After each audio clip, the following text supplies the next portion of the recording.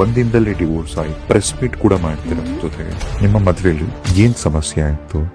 Divorce ತನಕ ಯಾಕೆ ಹೋಗ್ಬೇಕಾಯ್ತು? ಯಾರಿಗೇನು ಗೊತ್ತಿಲ್ದೇನೆ ಸುಮ್ನೆ ಕಮೆಂಟ್ ಮಾಡ್ತಾರೆ. This is not right. 18 ವರ್ಷ ಇದ್ದಾಗ ನೀವು ಬಿಗ್ ಬಾಸ್ ಹೋಗ್ತೀರಾ.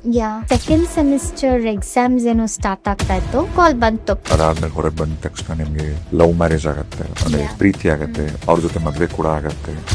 ಇಬ್ರು ಮದ್ವೆ ಆಯ್ತು, ಲೈಫ್ ಚೆನ್ನಾಗಿ ನಡೀತಿತ್ತು. ಒಂದಿನದಲ್ಲಿ ಡಿವೋರ್ಸ್ ಆಯ್ತು, ಪ್ರೆಸ್ ಮೀಟ್ ಕೂಡ ಮಾಡ್ತೀರ ಜೊತೆಗೆ. ಸಿಕ್ಕಿದವರಲ್ಲ ಯಾರ್ಯಾರು ನಾನು ಅವ್ರ ಜೊತೆ ಮಾತಾಡೇ ಇರಲ್ಲ, ಅವರೆಲ್ಲ ನ್ಯೂಸ್ ಅಲ್ಲಿ ಮಾತಾಡಕ್ ಸ್ಟಾರ್ಟ್ ಮಾಡಿದ್ರು. ಇವಾಗ ರ್ಯಾಂಡಮ್ ಪರ್ಸನ್ ಅವ್ರು ಸುಮ್ನೆ ಬಂದು ಏನೇನೋ ಅನ್ನೆಸೆಸರಿ ಅನ್ವಾಂಟೆಡ್ ಟಾಕ್ಸ್ ಎಲ್ಲ ಮಾಡೋದು. I feel that was really bad. ನಿಮ್ಮ ಮದ್ವೆಲಿ ಏನ್ ಸಮಸ್ಯೆ ಆಯ್ತು? ಡಿವೋರ್ಸ್ ತನಕ ಯಾಕೆ ಹೋಗ್ಬೇಕಾಯ್ತು? ಯಾರಿಗೇನು ಗೊತ್ತಿಲ್ದೇನೆ ಸುಮ್ನೆ ಕಮೆಂಟ್ ಮಾಡ್ತಾರೆ. This is not right.